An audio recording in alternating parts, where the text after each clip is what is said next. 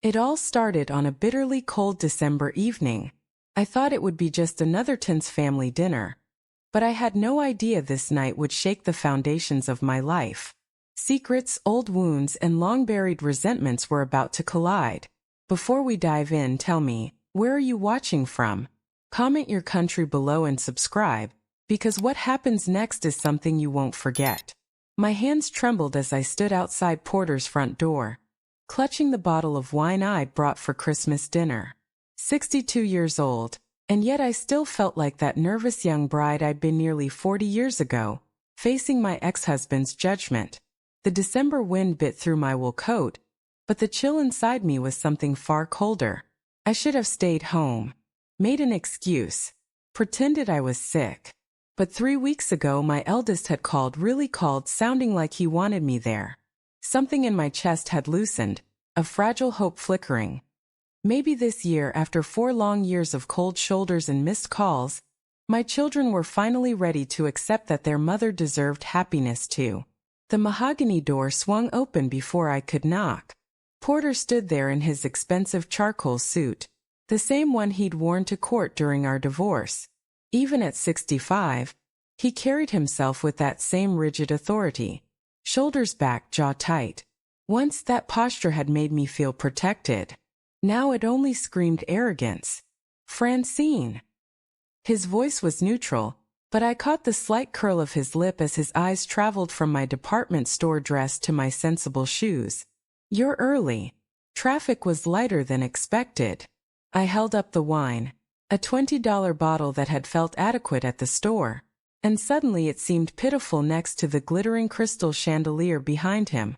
Merry Christmas, Porter. He didn't even take the wine, just stepped aside. I walked into the house that had been mine for 35 years. Everything was the same. The marble floors I'd spent countless hours polishing. The antique furniture I'd once cared for obsessively.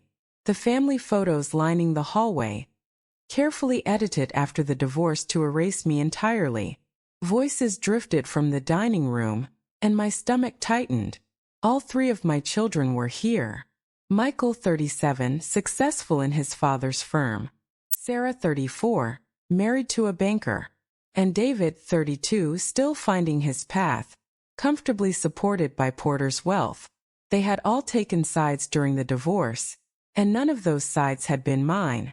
Mom! Sarah appeared in the doorway, her smile bright but slightly hollow. Porter's daughter through and through, capable of performing warmth while guarding her true feelings. She hugged me quickly, the kind of brief, distant embrace you save for distant relatives. Then she stepped back, scanning my outfit.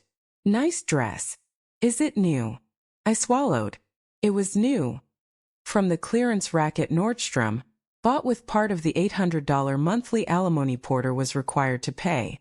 Money that barely covered my tiny 1-bedroom apartment, where I'd moved after losing everything else. Where's your boyfriend? Michael's voice cut through, sharp with skepticism. He appeared behind Sarah, a scotch in hand, molded in his father's image, the embodiment of Porter's version of masculine success. Donovan. He'll join us later. Had some work obligations. I forced my voice to stay steady, professional. Porter had drilled that tone into me for firm social events years ago. David, my youngest, laughed from the bar. Work obligations on Christmas? What kind of job is that? My cheeks heated. He stood there casually, mixing a drink, his confidence born from never having had to worry about money. He runs a cleaning service. Sometimes emergencies call him even on holidays. The silence that followed was deafening. My children exchanged glances, a wordless signal they perfected during family dinners, usually before ganging up on me about some failure as a mother. A cleaning service. Porter's voice suddenly rang out from the kitchen doorway. He'd apparently been listening to every word.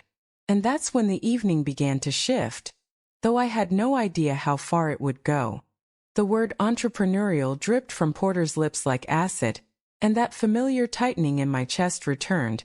The same shrinking, belittling feeling I'd felt countless times during our marriage whenever he used his lawyer's sharp mind to make me feel small, ignorant, inadequate. He's a good man, I said quietly, my voice almost a whisper, hating how defensive it sounded.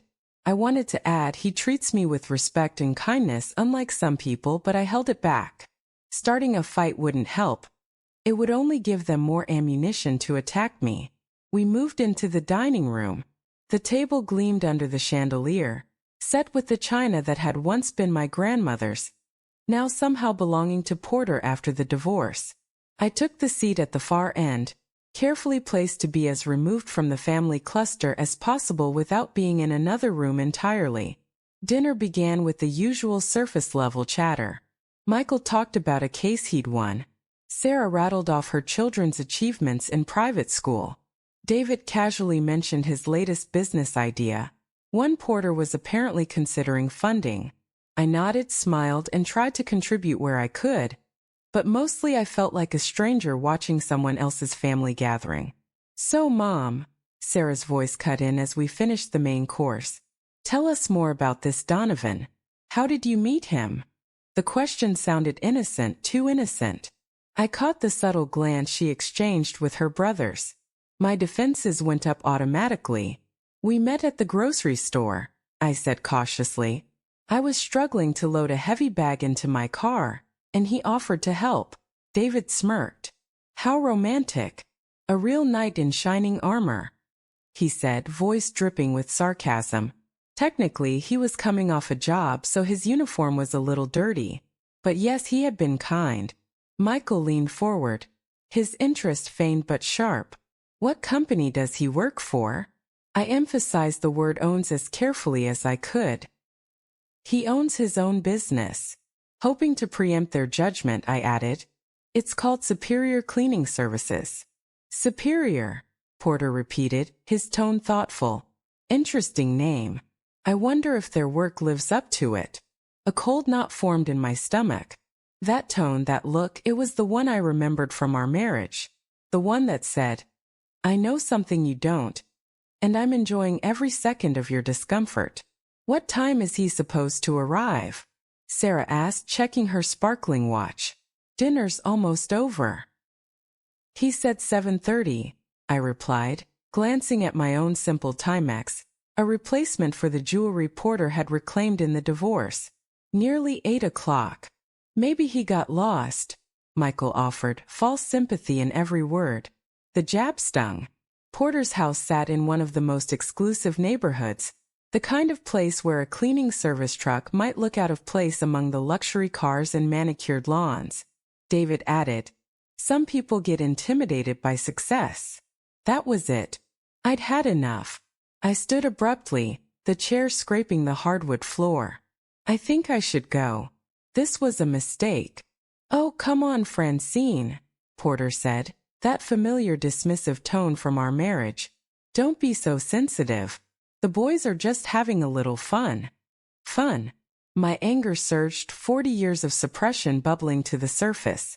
Making jokes about the man I loved, that's fun? Sarah chimed in, the veneer of concern painted across her face. You have to admit, it's concerning that at your age, you've ended up with someone so different from what you're used to. Different from Porter, she meant. Different from the life I'd left behind. The life I'd finally escaped after decades of slowly dying, inside a marriage that had suffocated my spirit. You don't know anything about him, I said quietly, grabbing my purse from the sideboard. You don't know what makes me happy. Mom, we know you deserve better than some janitor who can't even show up on time, Michael said casually, cruelty rolling off him naturally, just like it had with Porter. The word janitor hung in the air like a slap. There's nothing wrong with honest work, but the disdain in his voice, the superiority, cut deep. He's not a janitor, I began, but Porter's laughter cut me off. Cleaning service janitor? What's the difference, really? He stood, looming over me. A physical advantage he'd always used to intimidate. You replaced me with someone who scrubs toilets for a living. Francine, how do you think that makes our children feel? The room fell silent. The only sound was the soft ticking of the antique grandfather clock in the corner. My children watched the exchange fascinated. The same way they had when Porter lectured me about household management or proper social conduct as a teenager. You want to know what I think? Porter continued, his voice sliding into the courtroom tone that had won him so many cases and controlled me for decades. And that's when I knew everything was about to change in a way I never could have expected. Tears burned behind my eyes, but I refused to let them fall. Not here. Not in front of people who would see my emotion as weakness rather than the raw truth of my heart. I think you're having some kind of midlife crisis. Porter spat, his voice sharp. So desperate for attention you'll take it from anyone. Even someone completely beneath you. You don't get to judge my choices anymore. I managed to say, my voice trembling, but steady enough to carry across the tension in the room. You lost that right the moment you decided our marriage vows meant nothing. David muttered under his breath, rolling his eyes. Here we go again. Mom's greatest hits. The casual dismissal of my pain. The pain they'd all witnessed but chosen to ignore. Cut deeper than Porter's own cruelty ever had.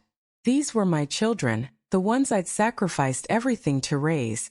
And here they were, treating my heartbreak like an inconvenience. I'm leaving, I said, moving toward the front door. Good, Michael called after me. Maybe next time, you'll think twice before bringing your charity case around our family. I was almost to the door when the roar of an engine froze me in my tracks. Headlights cut through the front window, pulling into the driveway. Not the old pickup truck I had expected, but something sleek, something impossibly expensive.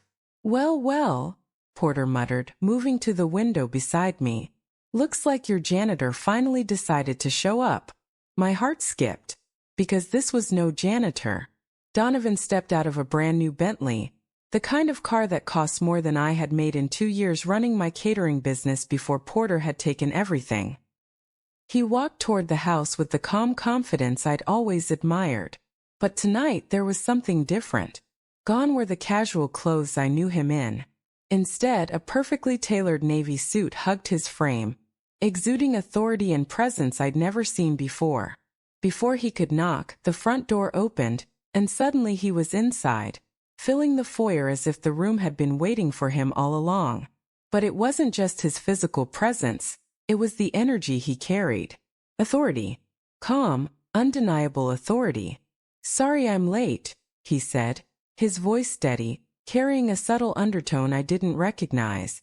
His eyes found mine, and when he smiled, warmth flooded through me. Traffic was heavier than expected, he explained. Then he turned toward Porter. And everything shifted. The silence stretched like a taut wire, ready to snap. This wasn't the man who had helped me carry groceries, taught me how to change a tire, or held my hand during panic attacks when Porter's legal team had threatened to strip away what little I had left. This was someone entirely new, someone commanding every eye in the room. Donovan, Porter said, extending his hand with that practiced lawyerly professionalism. I'm Porter Henley, Francine's ex-husband. Donovan paused, studying the hand for a long moment. Then he shook it deliberately. I know exactly who you are, Mr. Henley. His tone made the hair on my arms stand on end. Not hostile, not friendly. Controlled, calculated, someone who knew every card in his hand, and exactly when to play them. Beautiful home, Donovan said, letting his gaze drift past Porter to take in the marble floors, crystal chandelier, and expensive artwork lining the walls. Very impressive, though I must say the office building where we've met before has more character. Porter's face went blank. Office building? I don't think we've met. Haven't we? Donovan's smile was gentle, almost courteous, but steel lay beneath it. Henley Morrison and Associates, downtown, 42nd floor. You've walked past me countless times in the hallways. My stomach dropped. The realization hit like a punch. Porter's law firm was housed in one of the most prestigious buildings in the city. And Donovan? He wasn't just a cleaning crew member. He owned it. The cleaning crew, you say? Porter's voice cracked slightly, the wheels turning visibly in his mind. You're part of the team that services the building, not part of it. Donovan corrected, mild but unwavering. I own it. The words landed like a physical blow. Michael's hand jerked, nearly spilling his scotch, and Sarah's mouth hung open for a split second. David, usually brimming with sarcasm, was utterly speechless. Porter, however, fascinated me the most. His color drained, his composure cracking in a way I'd rarely seen. Genuine uncertainty flickered across his features. You own Superior Cleaning Services? He asked, careful, testing the waters. Yes, Donovan replied, stepping further into the room. Everyone instinctively stepped aside, giving him space as if some unspoken force demanded it. We have the contract for your building, along with several others downtown. Your firm pays us approximately $200,000 annually for our services. $200,000. My heart raced. More than twice what Porter had paid me in alimony in an entire year. And that was just one contract. Porter's eyes, however, never left Donovan. But you. I've seen you working. Mopping floors, emptying trash cans. I like to stay involved in day-to-day operations, Donovan said, calm, mild, unshakable. It's important to understand your business from the ground up. Plus, it gives me valuable insight into the companies we service. The room hung on his words, and in that moment I realized everything was about to change. The threat in Donovan's words wasn't loud or flashy. It was subtle, almost invisible, but unmistakable. How many conversations had he overheard while emptying wastebaskets in Porter's office? How many confidential documents had passed through his hands? This is quite a surprise, Sarah said, her social polish kicking in as she tried to process the revelation. We had no idea about your success. Francine doesn't like to brag about my business, Donovan said, his eyes finding mine across the room. She fell in love with the man, not the bank account. Unlike some people, she values character over net worth. The barb landed squarely on Porter, and the room knew it. His face flushed red, fists clenching at his sides. Michael's voice was tight, disbelief creeping in. If you own the cleaning company, then why do you still work on the cruise yourself? Donovan turned to face him, and I saw the shift. The pleasant mask slipped just enough to reveal steel underneath. Your father never bothered to learn my name, he said simply. For years I've been cleaning his office, and he's never once acknowledged my existence. He treats all the cleaning staff like they're invisible, like they're somehow less human than he is. Porter's flush deepened. That's not true. I'm perfectly professional with all the service staff. Professional? Donovan raised an eyebrow. Is that what you call leaving messes on purpose to see how quickly they get cleaned up? Or holding important meetings in the conference room, knowing the cleaning crew is trying to work around you? Or making jokes about the help in front of colleagues while we're standing right there? Each accusation landed like a physical blow. I'd lived with Porter for 35 years. I knew the casual cruelty he inflicted on anyone he perceived as beneath him. Donovan's words were stripping it bare, exposing the truth we'd all long ignored. I think there's been some misunderstanding, Porter said, his lawyer instincts kicking in, trying to regain control. Perhaps we should start over. Why don't we all sit down? Donovan didn't flinch. Instead, he reached into his jacket pocket. I have something for you. Porter hesitated, taking the envelope with obvious reluctance, hands trembling slightly as he opened it. What is this? Porter asked, though the answer already settled on his face. Termination of contract, Donovan said, calm, measured. Effective January 1st, Superior Cleaning Services will no longer provide services to Henley Morrison and Associates. Silence swallowed the room. Porter stared at the document as if sheer will could erase the words. You can't do this, he whispered. Actually, I can, Donovan said. The contract includes a 30-day cancellation clause. I'm invoking it. But why? Sarah's voice rose, tinged with panic. She understood exactly what losing a $200,000 contract meant. Because your father has spent 4 years treating my employees with disrespect and contempt. because he believes that paying for a service gives him the right to demean the people who provide it. And because I'm tired of watching good, hardworking people be treated like they're worthless." He turned to Porter, his voice hardening. "But mostly because of what he put your mother through. I've heard the stories, Mr. Henley. I know about the emotional abuse, the financial control, the way he systematically destroyed her self-worth over the course of your marriage." My heart stopped. I'd never told Donovan the worst of it. How could he know? "I know about the catering business." He forced her to shut it down. Donovan continued, steady, unflinching. "I know about the friends he drove away with his controlling behavior. I know how he convinced her she was worthless, that she was lucky to have him, that no one else would ever want her." Porter's face had gone from red to white, his breath shallow and rapid. "You don't know what you're talking about, do you?" he croaked. Donovan's smile sharpened.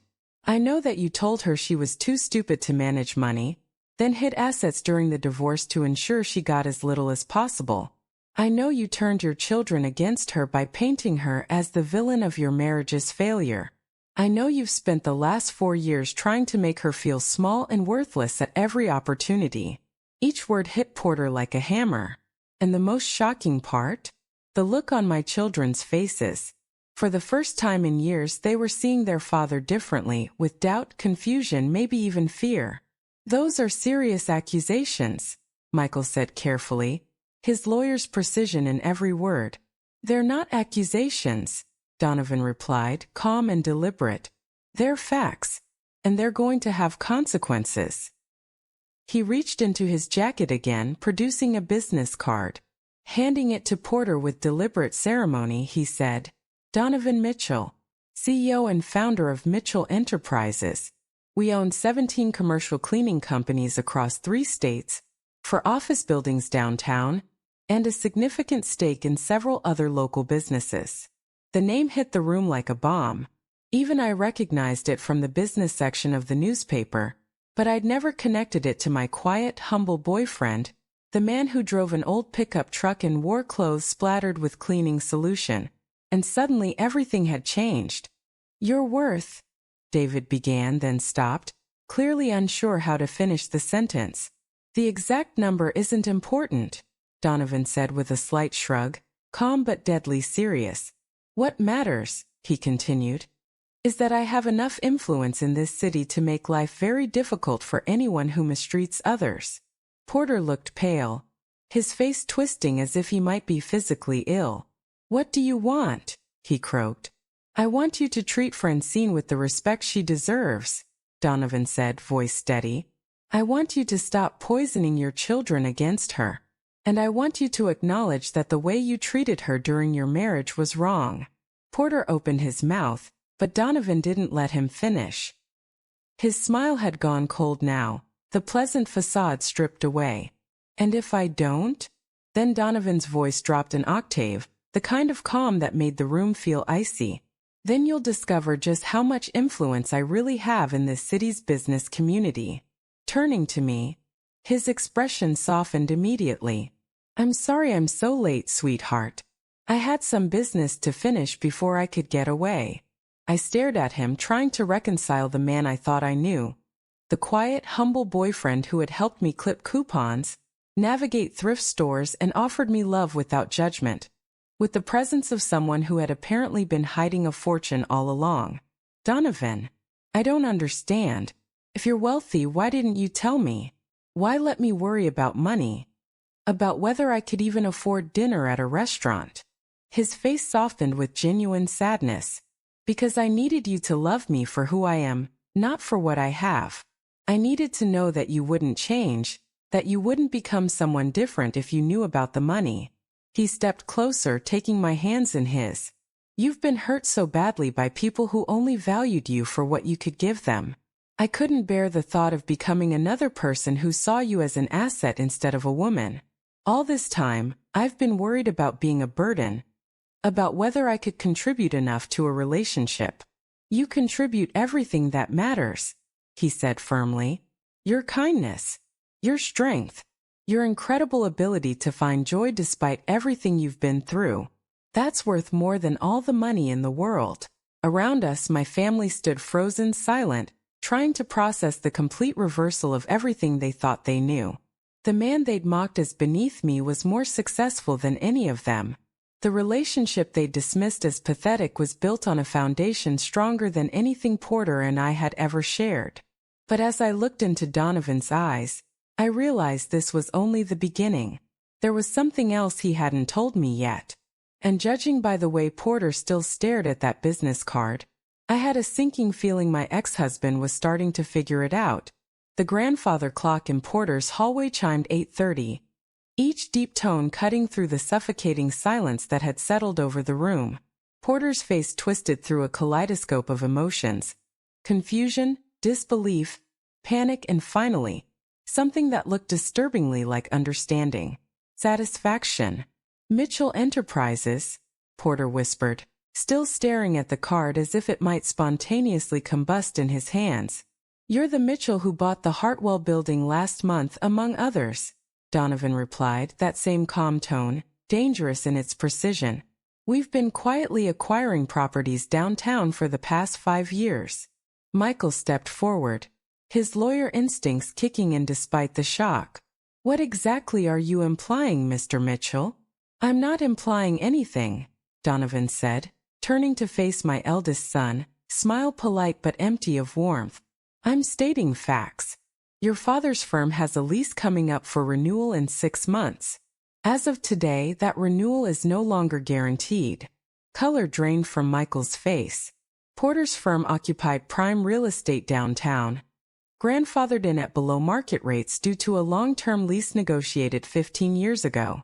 Losing that lease would either mean paying triple elsewhere or moving to a less prestigious address, both disastrous for reputation and revenue. "You can't do that," Sarah shrieked, panic cracking her composed facade. "There are legal protections, lease agreements, all of which I'm intimately familiar with," Donovan interrupted smoothly. "Your husband works at First National, doesn't he?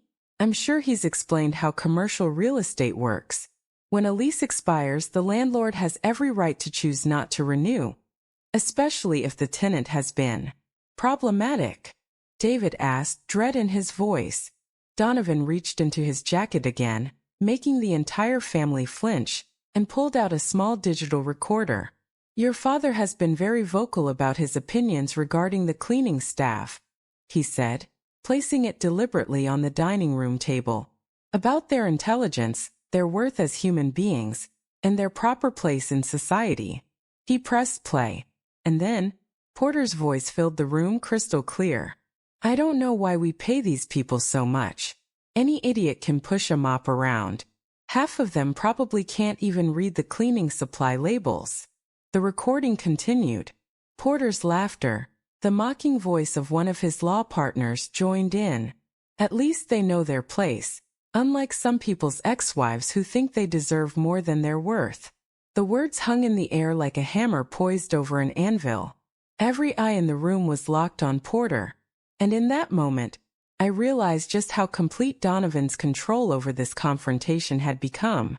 "Speaking of which," Porter sneered, leaning back in his chair with a self-satisfied smirk, "did you see that Francine is dating someone new? Some janitor she picked up God knows where. I suppose it's fitting. Trash attracting trash." The silence that followed was deafening. I felt as if I'd been punched in the stomach, hearing my ex-husband's casual cruelty laid bare for everyone to witness. But what cut even deeper was looking at my children. Not shame, not outrage, but embarrassment. They had been caught in the crossfire of their father's arrogance. "Dad," Sarah whispered, voice barely audible. "That was taken out of context," Porter interjected quickly, his lawyer instincts kicking in as he tried to minimize the damage. "It was just locker room talk. Harmless conversation between colleagues." "There are 6 hours of recordings," Donovan interrupted calmly. "From different days, different conversations, all equally charming." His gaze swept the room, settling on each of my children in turn. "Your father has spent years treating people with disrespect and contempt, believing his position insulated him from consequences. He was wrong. What do you want? Porter asked again, but this time, his voice cracked with desperation. I want several things, Donovan said, stepping beside me. The warmth of his presence was comforting, but the steel in his tone sent shivers down my spine. First, a formal apology to Francine, he said. For the years of emotional abuse and financial manipulation you subjected her to during your marriage. I never abused anyone, Porter protested weakly. Really? Donovan raised an eyebrow. Would you like me to play the recording where you describe how you deliberately tanked her catering business by spreading lies about food poisoning at one of her events? Or perhaps the one where you explained to your partner how you hid assets in your mother's name to avoid paying fair alimony? I felt my stomach drop. The catering business had been my dream, my one attempt at independence during our marriage. To learn that Porter had orchestrated its destruction, it felt like being stabbed with a rusty blade. You recorded conversations in his office? Michael asked, voice tight with the edge of legal concern. Actually, Donovan replied calmly, most of these were recorded in common areas, the break room, the elevator, the lobby. All perfectly legal in a one-party consent state. Especially when the conversations involve admissions of fraud and deliberate business interference. Porter swayed slightly, pale and unsteady. You're talking about things that happened years ago. The statute of limitations. Donovan finished smoothly, his tone unflinching. Some of the financial manipulations are recent enough to still be actionable, but we're getting ahead of ourselves. I'm not here to destroy you, Porter, though I certainly could be. I'm here to ensure you finally face the consequences for your actions. He turned to my children, his gaze firm yet gentle. Your father has painted your mother as the villain in your family's story for years. He convinced you she was selfish, demanding, unreasonable.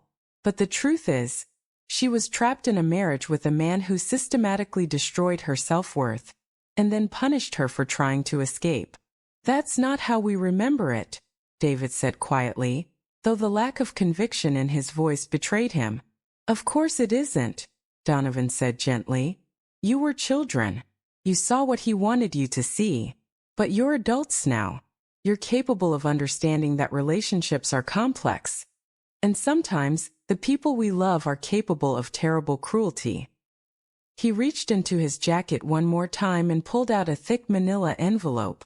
These are bank statements, canceled checks, and financial documents spanning the last 10 years of your parents' marriage. He handed the envelope to Sarah, her hands trembling as she took it. Your mother earned money through her catering business and part-time work at the country club, Donovan said, voice steady.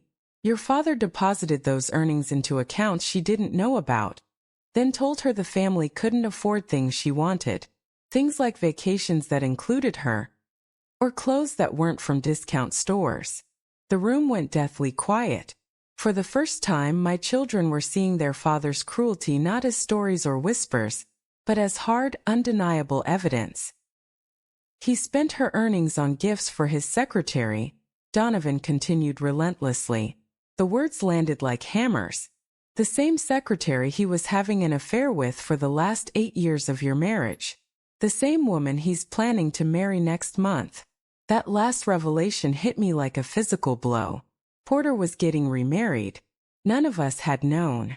My chest tightened with a complicated mix of emotions, hurt that I was apparently the last to know, relief that I was no longer his target, and a deep aching sadness for the woman who would soon step into his web of control.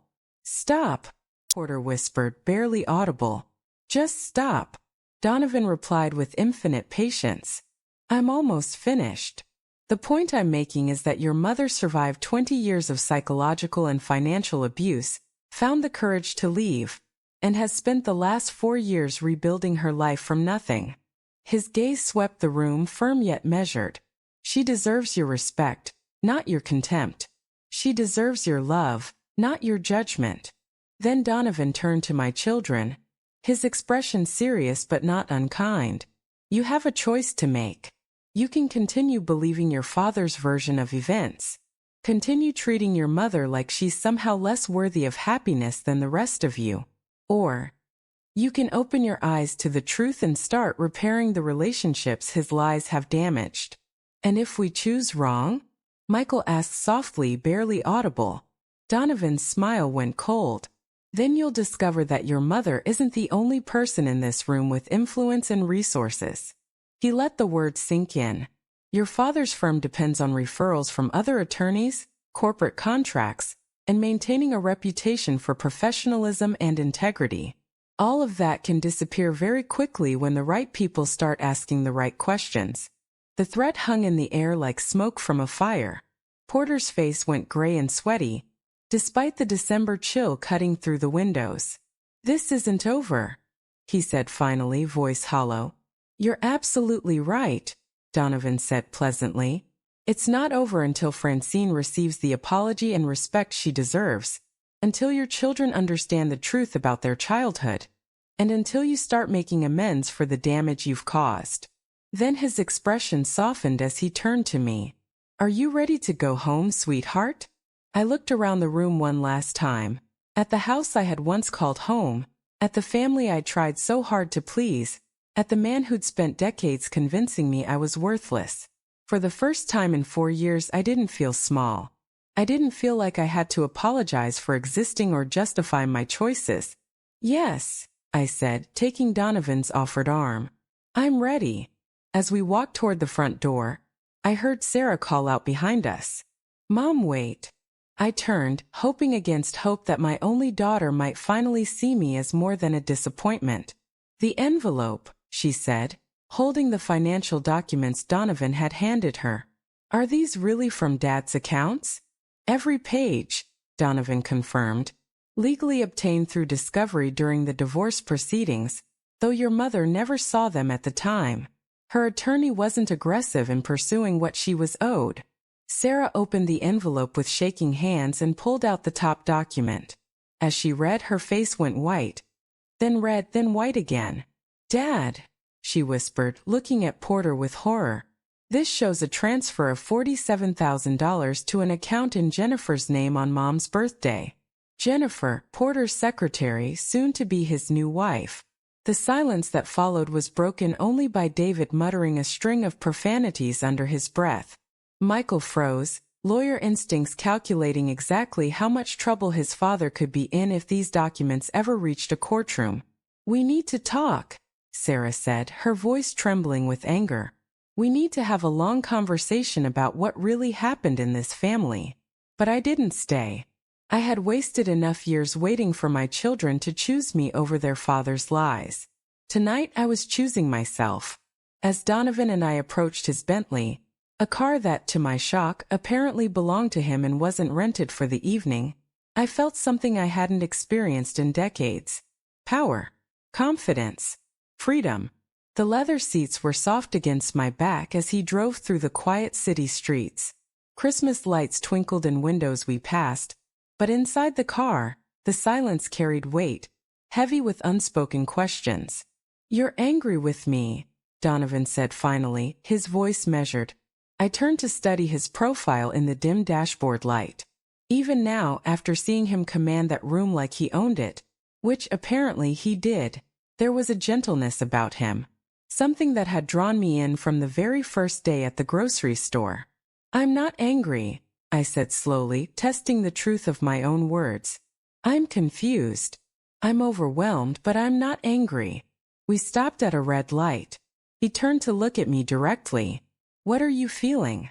It was such a simple question, yet it hit me like a shockwave. When was the last time someone had asked me that and truly wanted to know? When had my emotions mattered to anyone? "I feel like I don't know anything about my own life," I admitted. "I thought I was dating a sweet man who worked in cleaning services.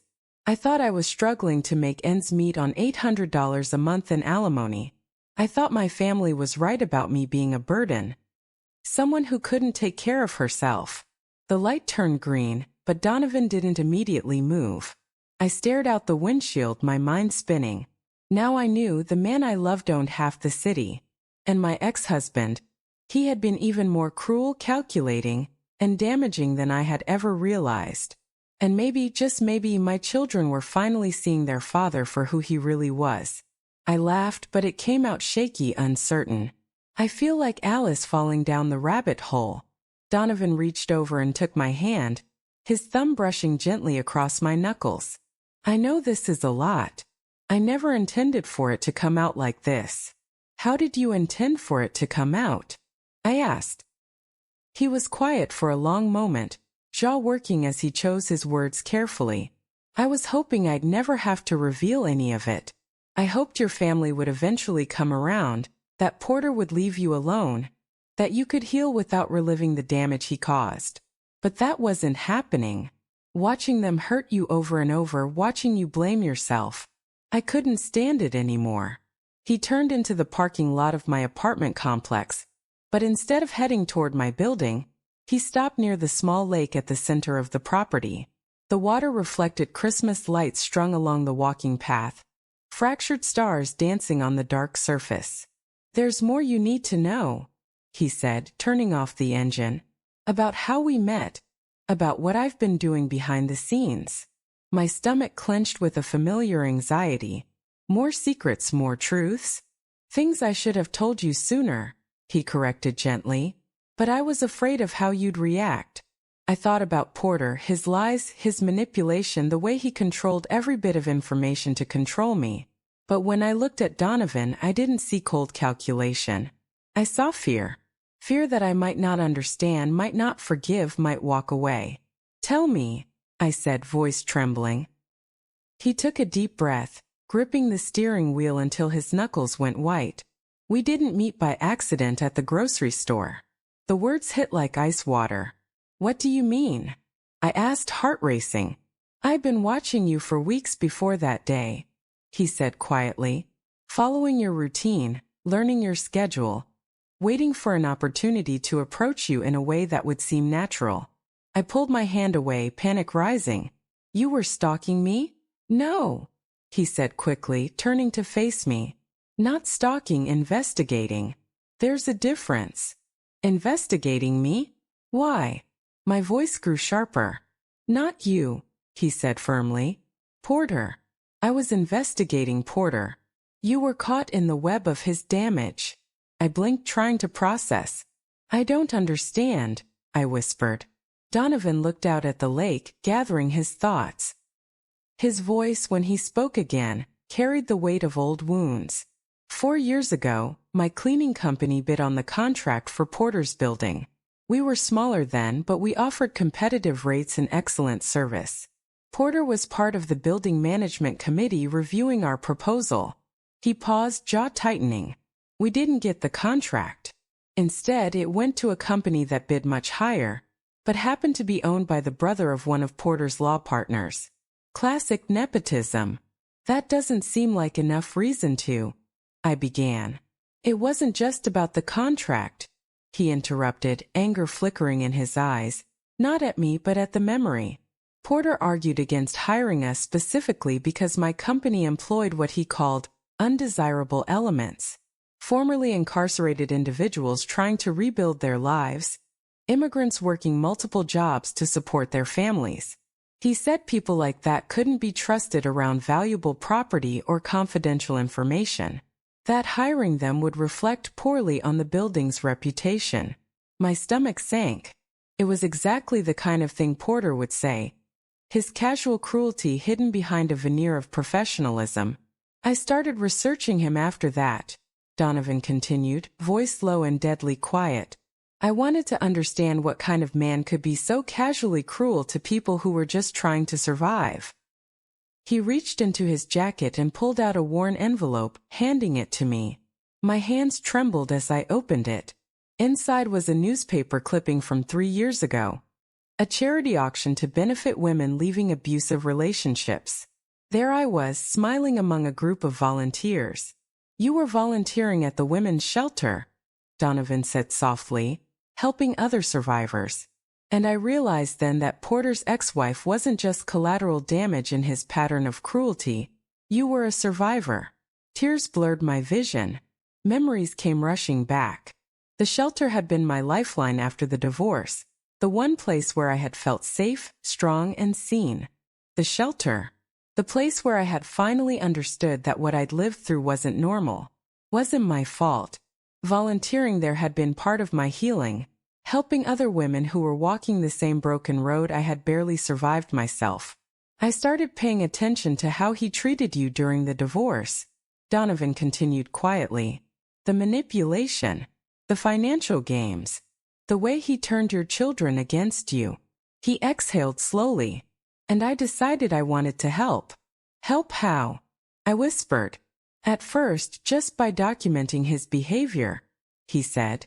I started working in his building personally so I could observe him, record conversations, gather evidence of who he really was. I thought maybe someday that information might matter, might help you. He reached out and gently brushed a tear from my cheek, one I hadn't realized had fallen. But then, he said softly, I started following you sometimes, just to make sure you were okay. My cheeks burned. I saw you skipping meals to stretch your budget. Saw you walking to work in the rain when your car broke down because you couldn't afford to fix it. You saw all that? I saw a woman barely surviving, he said, voice heavy, because her ex-husband had systematically destroyed her life. He swallowed, and I decided I couldn't just watch anymore. So I started helping. My heart pounded. Helping how? Your rent, he said simply. I stared at him. For the last 6 months, I've been paying the difference between what you could afford and what you actually owed. You thought your landlord had given you a break. He shook his head gently. That was me. My mouth fell open. 6 months? That's thousands of dollars. $3,600, he said. Plus car repairs, groceries, utility bills when you were short. I had people watching the accounts, making sure you never knew. The world tilted beneath me. Why? I whispered. We weren't even dating then. His voice dropped. Because you reminded me of my mother. The words landed softly, but they shattered something deep inside me. Your mother. She was married to my father for 22 years, he said. Charming, successful, respected. His jaw tightened. He was also controlling, manipulative, emotionally abusive. She spent 2 decades believing she was worthless, that she was lucky he tolerated her, that she couldn't survive without him. His voice roughened. When she finally left, he made sure she got nothing. He hid assets, bribed lawyers, turned her own children against her. I could barely breathe. She spent the last 10 years of her life in poverty, he continued, convinced she deserved it. What happened to her? I asked.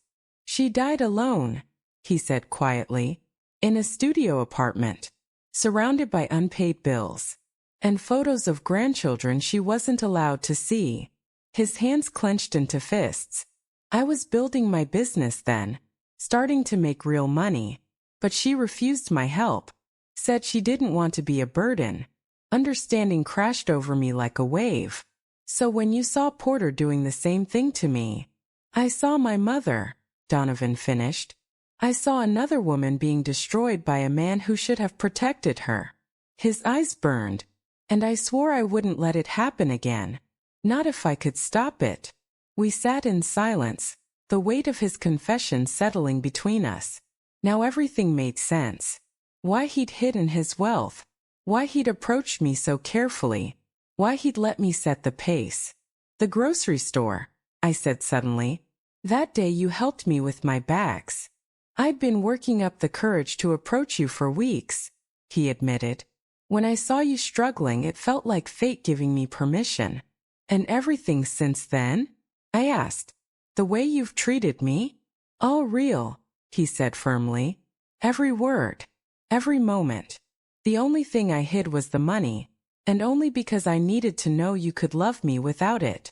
I stared out at the lake, Christmas lights shimmering on the water. 6 months of secret support. Years of quiet investigation. A lifetime of wealth hidden behind work clothes and a modest truck. I have one more confession, Donovan said softly. I turned toward him, unsure if my heart could take another truth. When I said I owned 17 cleaning companies, Donovan said quietly. That was conservative. Mitchell Enterprises owns or holds significant stakes in 43 businesses across 5 states. He paused, letting the words breathe. The company is worth approximately $68 million. The number didn't land. Didn't even feel real. 68 million. It was more money than I could visualize, more than entire towns ran on, and yet this man had watched me stress over splitting dinner checks, over whether I could afford dessert. And you let me worry about $20 entrees, I said weakly. He shook his head gently. I fell in love with a woman who worried about dinner checks, and still gave her last $20 to a homeless veteran outside the restaurant. His voice softened. I fell in love with someone who has more character than anyone I've ever met. He reached for my hands again, and this time I didn't pull away. Francine, he said, I know this is overwhelming. I know you probably feel deceived, but everything I've done, every secret I kept, was because I love you, because I wanted to protect you, to give you space to heal without pressure or expectations. I looked at him, at the same kind eyes that had talked me through panic attacks, at the hands that had held me while I cried over my children's rejection, the same man who taught me how to change a tire, who carried my groceries without complaint. What happens now? I asked. Now, he said, lifting my hands and kissing my knuckles. You decide if you can forgive the secrecy. You decide if you can trust me. And you decide if you want to build a life with someone who will never let you face Porter's cruelty alone again. As if summoned by his words, my phone buzzed. Sarah, Mom, we need to talk. Can I come see you tomorrow? There are things about Dad I never knew. Things I need to apologize for. I showed Donovan the message. He smiled, not triumphantly but quietly. It's starting, he said. They're finally seeing the truth. For the first time in hours I smiled back. Yes, I said softly. I think they are. Sarah arrived the next morning at exactly 9. Through my kitchen window I watched her sit in her car for several minutes, gripping the steering wheel like it was the only thing keeping her steady. When she finally stepped out, she was holding a cardboard tray from the expensive coffee shop downtown, and wearing careful makeup that couldn't quite hide the redness around her eyes. When she knocked, I opened the door to my 34-year-old daughter looking more uncertain than I'd seen her since she was a child. Mom, she said, holding up the coffee tray like a peace offering.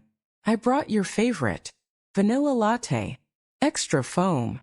The simplicity of it hit me harder than any apology could have. She remembered. Come in, I said. She stepped inside and looked around my modest living room. Really looked. The second-hand furniture arranged to make the space feel bigger. The framed photos lining one wall. Pictures of school events she'd forgotten I attended. Birthdays. Graduations. Family moments from before everything cracked apart. You kept all of these, she said softly, stopping at a photo of her high school graduation. Of course I did, I replied. You're my children. She turned to me, eyes glassy. Even after the way we treated you, the words hung between us, unspoken but understood. Sit down, I said, gesturing to the couch. Tell me why you're here. Sarah perched on the edge like she might bolt at any moment. She handed me my coffee, then clutched hers with shaking hands. I read everything Donovan gave me, she said. Every statement, every canceled check, every transfer. She pulled the manila envelope from her purse, now thick with sticky notes and highlights. Mom, I had no idea. I knew Dad controlled the money, but I thought that was normal. I thought that's just how marriages worked. What did you find? I asked, bracing myself. Everything, she whispered. The catering income he funneled into his personal accounts. Grandma Patterson's inheritance, he told you it went to taxes, but it went into investments in his name. The life insurance policy he cashed out without telling you. Each word hurt and healed. For years, she continued, crying now. He kept notes about how to destroy you in court. Strategies. Scripts. Ways to make you look unstable. She pulled out a handwritten page. I recognized his neat, careful penmanship instantly. He twisted your words from arguments, logged every mistake, every forgotten appointment, built a case that you weren't capable of managing money or your own life. My hands trembled as I held the paper. And the recordings, she said quietly. What recordings? There are hours more than what he played last night. Conversations with his lawyer, his partners. She swallowed hard. With Jennifer. She moved closer to me on the couch. In one recording, Dad's lawyer asks if he's sure about pushing for such low alimony. Dad laughs and says, "It doesn't matter. She'll remarry fast. She's the type who can't survive alone." The words stole the air from my lungs. Porter had known exactly what $800 a month meant. He'd counted on my desperation, counted on me becoming someone else's burden. And for the first time, sitting in my small living room with my daughter beside me, I realized something profound. I had survived anyway. But when you didn't remarry, Sarah continued, her voice breaking, when you just kept surviving on your own, he got angry. She wiped at her eyes. There's a recording from 18 months ago. He tells Jennifer that your independence is making him look bad. That people are starting to ask questions about why his ex-wife is living in poverty while he's planning a lavish wedding. A cold understanding settled in my chest. Is that why he got crueler? I asked quietly. Why he pushed you kids to pull even farther away from me? Sarah nodded, shame written across her face. He told us you were manipulating us, that you were playing the victim to make him look like a monster. He said you were probably lying about money, exaggerating to get sympathy. My mind flashed through 1,000 small humiliations. Asking for a ride to the doctor when my car broke down, borrowing grocery money when an unexpected bill wiped me out. Each request met with sighs, eye rolls, lectures about budgeting. We believed him, Sarah whispered. We wanted to believe him, because it was easier than admitting our father could be that cruel. A knock at the door cut through the silence. Through the peephole, I saw Michael and David standing on my doorstep, both stiff, both clearly rehearsed and still unprepared. Did you call them? I asked. Sarah shook her head. We agreed to come separately. I guess they couldn't wait. I opened the door. They stood there holding a bakery bag from the place I used to love, the expensive one near Porter's house. The one I hadn't stepped into in years because it required choosing between pastries and prescriptions. Mom, Michael said awkwardly, can we come in? I stepped aside and suddenly my small living room felt heavy with decades of misunderstanding. David looked around, his expression mirroring Sarah's earlier shock, like he was seeing my life, not just my space, for the first time. We've been talking all night, Michael said, skipping pleasantries. About the recordings, the documents, about things we should have noticed years ago. Like what? I asked, settling back onto the couch. That you never badmouthed Dad, David said quietly. Not once. Even when you had every reason to. While he spent years dismantling your reputation with us, Michael added, his voice tight, violating every principle of co-parenting and basic human decency. I looked at my children, really looked at them, and saw something unfamiliar. Regret, shame, and the fragile beginnings of clarity. There's more, Sarah said, glancing at her brothers. We called Dad this morning. My stomach clenched. He tried to say Donovan was lying, Michael continued, that the documents were forged, that the recordings were taken out of context. But when we asked specifics, dates, transfers, account numbers, he hung up, David finished. Just like he used to do to you. And then Jennifer called me, Sarah said softly. Dad had a breakdown. He's been drinking since last night, ranting about how Donovan is trying to destroy him. A chill slid down my spine. Porter had never hit me, but his cruelty had always sharpened when alcohol entered the picture. And now his image, his power, his narrative were collapsing all at once. You need to be careful, Mom, Michael said, his voice suddenly protective in a way I hadn't heard since he was a teenager. If Dad blames you, If he thinks you caused this, he might do something stupid, David finished. Before I could respond, my phone rang. Donovan. I answered immediately. Sweetheart. His voice was calm but urgent. I need you to listen carefully. Porter showed up at my office this morning. He was drunk, making threats. My heart lurched. Security removed him, but I don't think you should stay at your apartment tonight. What kind of threats? I asked quietly, aware my children were listening to every word. And deep down I knew, this wasn't over yet. He accused me of stealing you from him, Donovan continued, his voice steady but edged with concern, of turning you against your own family. He said he was going to make me pay for destroying his life. There was a brief pause on the line. Francine, he's not rational right now. I don't believe he'd hurt you physically, but emotional manipulation is his specialty, and desperate people do desperate things. I looked around at my children, really looked at them. For the first time in years, I didn't see distance or judgment. I saw fear for me, concern. I'll be okay, I said quietly. I'm not alone. Good, Donovan replied. I'm having a security company install a system in your building today, and I've arranged for someone to keep an eye on things until Porter calms down. When I ended the call, the room fell silent. The kind of silence that settles after truth has finally been spoken. Finally, Sarah broke it. We failed you, didn't we? She said, her voice barely above a whisper. For years. We failed you as children, and as human beings. You were manipulated, I said gently, though the words felt too small for the damage done. That's not an excuse, Michael said firmly. We're adults. We should have asked questions. Should have looked closer. Should have given you the benefit of the doubt instead of treating Dad's version of events like gospel. David stood and walked to the wall of photographs, stopping in front of a picture of himself at 10 years old, gap-toothed, grinning, wearing his Little League uniform. I remember this game, he said softly. Dad couldn't make it. Work, he said. But you were there. He turned back to me. You were always there. You worked 2 jobs when I was in high school, Sarah added, tears sliding down her face, to help pay for my car.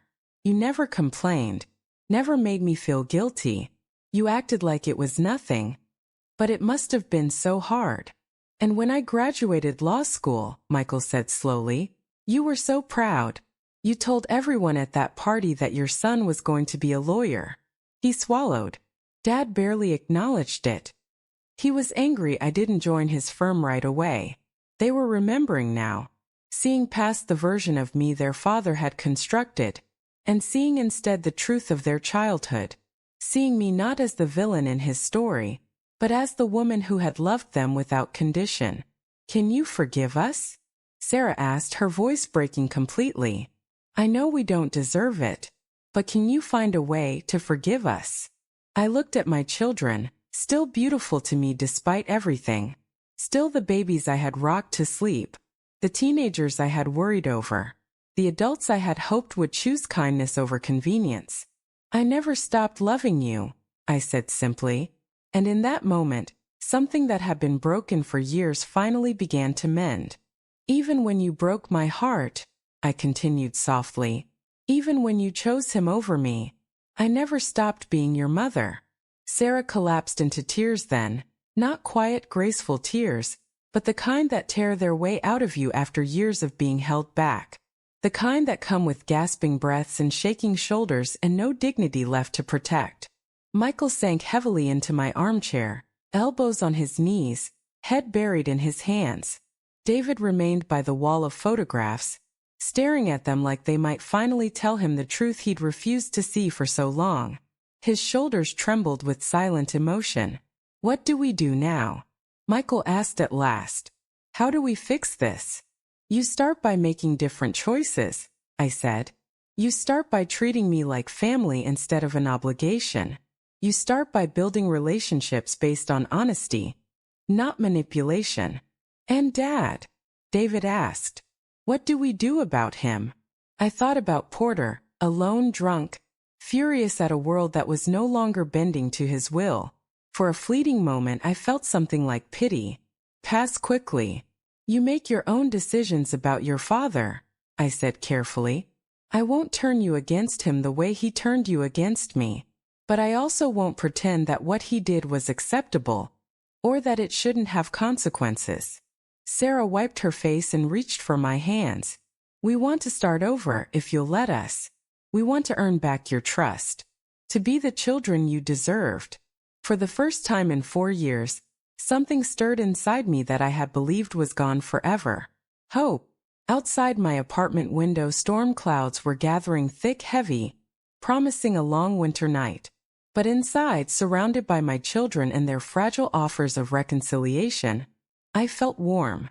Healing wouldn't be quick. Trust never rebuilt itself overnight. But for the first time since my divorce, I wasn't facing the future alone. And somewhere across town, Porter was learning what I had learned the hard way. Actions have consequences, and control only works until people finally choose freedom. It was the beginning. 6 months later, I stood in the garden of Donovan's estate. Our estate, I corrected myself, still not quite used to the words. I watched my grandson take his first wobbly steps across the perfectly manicured lawn. His arms lifted in triumph. Sarah and her husband had driven down from Seattle for the weekend, part of the monthly family gatherings we built. Gatherings that finally felt like family. He's going to be walking before his first birthday, Sarah said, settling beside me on the stone bench overlooking the rose garden. Just like you said Michael did. It still amazed me. These easy references to shared memories my children had once pretended didn't exist. The rebuilding hadn't been simple. There were awkward conversations, tentative apologies, moments when old habits tried to resurface. But we'd committed to the work, and something real had grown from the wreckage Porter left behind. Grandma Francine, 2-year-old Emma called from the swing set, where Michael was pushing her far higher than her mother would approve of. Come push me too. Coming, sweetheart, I called. But Sarah caught my arm. There's something I need to tell you, she said. It's about Dad. My stomach tightened on instinct. Even after 6 months of peace, his name still carried echoes of fear. What about him? The wedding's off, she said quietly. Jennifer left him last week. I searched myself for satisfaction, for pity, for anything. Mostly I felt nothing. Porter's chaos no longer belonged to me. What happened? He's been drinking heavily since Christmas night. Paranoid. Accusatory. Controlling. She hesitated. She said he became obsessed with you and Donovan. Convinced you were plotting against him. Any specific incidents? Sarah nodded and pulled out her phone. He showed up drunk at my house 2 months ago, demanding to know why I was choosing you over him. She showed me a screenshot. Your mother destroyed this family with her selfishness and lies. Don't let her poison your children against their grandfather. He sent similar messages to Michael and David, she said. Always late at night. Always drunk. Is he struggling? I asked, surprised by my own calm. His law practice is unraveling, Sarah said. Losing Donovan's contract was just the start. His reputation caught up with him. And, she hesitated, the Bar Association opened an investigation. Not criminal, but damaging. For a man who worshipped status, humiliation was the harshest punishment. How do you feel about that? I asked. She watched her son toddle across the lawn before answering. Like he did it to himself. Maybe if he'd faced consequences years ago, he would have learned how to treat people. And you're not angry at Donovan? No, she said firmly. I'm grateful. Dad needed to be stopped, and none of us were strong enough to do it then. Footsteps approached along the garden path. Donovan joined us, fresh from a call with the architects designing the community center we were funding. Even after 6 months of marriage, my heart still lifted at the sight of him. Not because of his wealth, but because of the way he looked at me. Like I mattered. How are my favorite ladies? He asked, sitting beside me and taking my hand automatically. Sarah explained. Donovan's expression softened. I'm sorry, Sarah. I know that still affects you. That was Donovan, able to hold people accountable without erasing compassion. We're worried about Dad, Sarah said. Michael thinks we should stage an intervention. Donovan looked to me, waiting. He always did. What do you think? I asked Sarah. I don't know, she admitted. Part of me thinks we owe it to him. And part of me thinks he'll only change if he wants to. It was the clearest assessment of Porter I'd ever heard her make. Here's what I think, I said slowly. Do what feels right to you. Your relationship with your father is separate from your relationship with me. But we want your opinion, she said. We value your judgment now. The words landed deeper than she knew. My opinion, I said, is that Porter needs professional help, therapy, addiction counseling. But he has to want it. And if he does, support him without sacrificing yourselves. Boundaries aren't cruelty. They're survival. And for the first time my children listened, not out of obligation but respect. Donovan squeezed my hand, his thumb warm against my skin. Your mother has become very wise about dealing with toxic people, he said with a faint, approving smile. I had a good teacher, I replied, squeezing back. The sharp sound of car doors closing drew our attention toward the front of the house. Michael and David had arrived with their families, and within minutes the quiet garden erupted into laughter, running feet, and overlapping conversations. I watched my sons organize an impromptu soccer game while their wives stood nearby, talking about work, school schedules, and the ordinary chaos of raising children. And for the first time I understood this was what family was supposed to feel like. Not the careful performance Porter had always demanded. Not the rigid roles, the forced smiles, the constant vigilance to protect his image of perfection. Just real people being real with each other. Francine, David called from across the lawn. Emma wants to know if you'll read her the story again. The one about the brave princess. The one where she saves herself? I called back. Emma nodded enthusiastically. That's the one. I excused myself and settled beneath the old oak tree with Emma curled against my side, clutching her favorite book. It was a story about a princess who used her intelligence and courage to solve her own problems, who didn't wait for rescue, who didn't need permission to be powerful. Why is this your favorite story? I asked as I opened the book. Because the princess is smart, Emma said seriously, and she doesn't give up. And because she makes her own happy ending, I added. Emma grinned. Yeah, she doesn't need a prince. She's brave all by herself. As I read about the princess outwitting the dragon and saving her kingdom, I thought about my own ending. Not the fairy tale I'd once believed in. The one where love meant endurance and rescue meant obedience, but the better kind. The one where the woman saves herself, and then chooses a partner who respects her strength. The sun was dipping low by the time our guests began gathering coats and children. There were promises to call, plans for the next visit, casual affection that didn't feel forced or obligatory. The easy intimacy of people who wanted to be there. Thank you, Michael said quietly as he hugged me, for not giving up on us, for showing us how to be better. Thank you for letting me love you again, I replied. After the house emptied, Donovan and I walked through the rooms together, turning off lights, setting the security system. It still felt surreal sometimes, living in a home large enough for 3 families. But Donovan had been clear from the start. This wasn't his house. It was our home. Penny, for your thoughts, he said as we settled into bed. I was thinking about Emma's story, I said. About brave princesses. About happy endings. I paused. And about how different my life is now compared to a year ago. How different I am. He turned toward me in the soft glow filtering through the window. Different how? Stronger. More confident. More myself. I searched for the right words. When I was married to Porter, I spent so much energy trying to be the wife he wanted that I forgot who I actually was. And after the divorce, I was so broken I couldn't imagine ever being whole again. But you were always strong, Donovan said gently.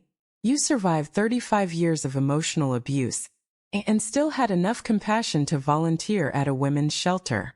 You rebuilt your life from nothing and never let bitterness turn you cruel. I didn't feel strong, I admitted. I felt like a failure. Because Porter spent decades convincing you that survival wasn't enough, he said, his voice tightening. That you should be grateful for scraps. He shook his head. He almost destroyed something beautiful and irreplaceable. But he didn't, I said softly. And now my children see the truth. They finally understand what really happened. Do you think they'll try the intervention? Probably, I said. And it will probably fail, at least at first. I reached for his hand, steady and warm in mine. But whether it works or not, I continued, is no longer my burden to carry. Porter won't change until he's lost everything that truly matters to him. His career, his reputation, his relationships with his children. Does that make you sad? Donovan asked quietly. I considered the question carefully, honestly. It makes me sad for the man he could have been, I said at last. If he'd chosen differently. I swallowed. And it makes me sad for my children, who have to watch their father destroy himself. I lifted my gaze to Donovan. But it doesn't make me sad for me. He waited. I'm finally free of his chaos. Donovan pulled me closer, and I settled against his chest, wrapped in a kind of peace I had never known in my first marriage. This was what love was supposed to feel like. Safe, steady, rooted in mutual respect instead of fear. I have something to tell you, he said softly. I smiled. More secrets. He chuckled. Good news this time. The community center project received final approval from the city planning board. Construction starts next month. My breath caught. The community center had been my idea. A place where women leaving abusive relationships could find job training, childcare, legal support, counseling. Everything I'd once needed but struggled to access on my own. Donovan had donated the land, paid for the construction, never once tried to take credit. That's wonderful, I whispered. I can't wait to see it become real. There's more, he said gently. I was thinking we should name it after someone who represents the kind of strength and resilience we want to celebrate. I frowned slightly. Who? I was hoping you'd let us call it the Francine Mitchell Center for Women's Independence. I pulled back, staring at him. You want to name it after me? I want to name it after the woman who showed me what real courage looks like, he said firmly. The woman who survived something that would have broken most people, and came out of it still kind, still compassionate. Tears pricked my eyes. Donovan, I'm not a hero. You're wrong, he said without hesitation. You're exactly the kind of hero those women need to see. Someone who proves survival is possible. Rebuilding is possible. Happiness is possible. I thought about the woman I'd been just a year earlier, standing outside Porter's house with a cheap bottle of wine and a fragile, desperate hope for reconciliation. That woman could never have imagined this life, this love, this sense of purpose and belonging.